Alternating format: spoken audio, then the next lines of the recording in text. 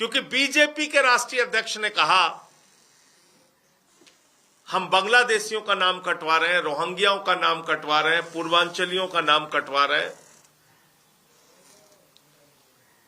तो 30-30 साल 40-40 साल से दिल्ली में रहने वाले हमारे यूपी बिहार पूर्वांचल के भाई वो अपने ही देश में बांग्लादेशी हो गए। कि संसद के अंदर मैंने ये सवाल उठाया था कि भारतीय जनता पार्टी दिल्ली के अंदर हमारे पूर्वांचल के भाइयों का वोट कटवा रही है, यूपी बिहार के लोगों का वोट कटवा रही है, वर्षों से दिल्ली में रहने वाले लोगों का वोट कटवा रही है, और ये एक प्रकार का चुनावी घोटाला करके चुनाव को जीतना चाहते हैं।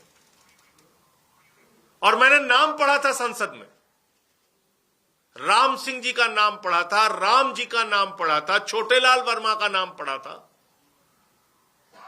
सारे नाम पढ़े थे। और मैंने बीजेपी के राष्ट्रीय अध्यक्ष महोदय से पूछा था कि क्या ये लोग रोहिंग्या हैं, बांग्लादेशी हैं? क्योंकि बीजेपी के राष्ट्रीय अध्यक्ष ने कहा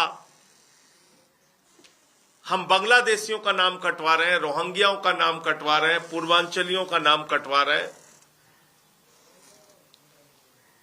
तो 30-30 साल 40-40 साल से दिल्ली में रहने वाले हमारे यूपी बिहार पूर्वांचल के भाई वो अपने ही देश में बांग्लादेशी हो गए।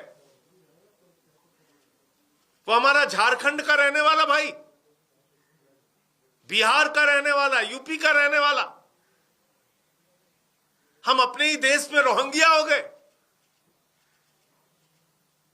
और जब मैंने उनको रंगे हाथों पकड़ा भारतीय जनता पार्टी को और एक एक नाम मैंने पढ़ के बताए, तो उससे भारतीय जनता पार्टी बौखला गई।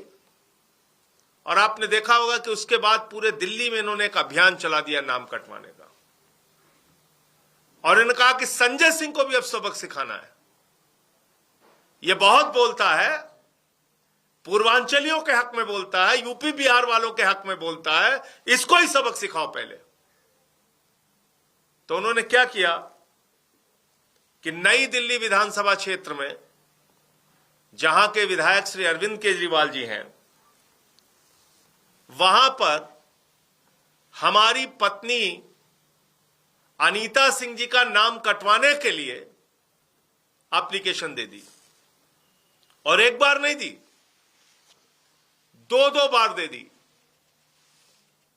24 दिसंबर को और 26 दिसंबर को।